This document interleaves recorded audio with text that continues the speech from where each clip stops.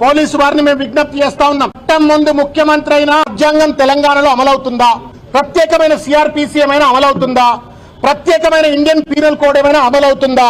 ప్రాంతంలో అత్యంత గౌరవించబడేటువంటి ఒక నాయకుడిని, గౌరవింపబడే నాయకుడిని, ఒక పార్టీ అధ్యక్షుడిని, ఒక మాజీ ముఖ్యమంత్రి, 2 సార్లు ముఖ్యమంత్రిగా పనిచేసినట్టు ఒక కేసీఆర్ గారి పట్ల ఆయన చనిపోక ముందు ఆయన విగ్రహం గురించి మాట్లాడటం ఎంతవరకు న్యాయం?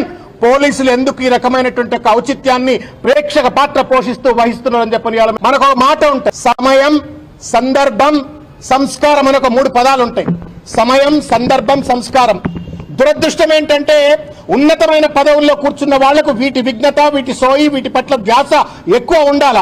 దురదృష్టం ఏంటంటే రేవంత్ రెడ్డికి ముఖ్యమంత్రి అయిన తర్వాత ఆ ఉన్న కాస్త ఏమాత్రమైన ఇంగితం ఉందో లేదో అది కూడా పోయినట్టున్నది. వాళ్ళ నా సమయం లేదు, సందర్భం లేదు, కనీస కుర్చీ పట్ల ఉండవలసిన బాధ్యత, సంస్కారం లేకుండా ఇష్టం వచ్చినట్టు మాట్లాడుతా ఉన్నాడు.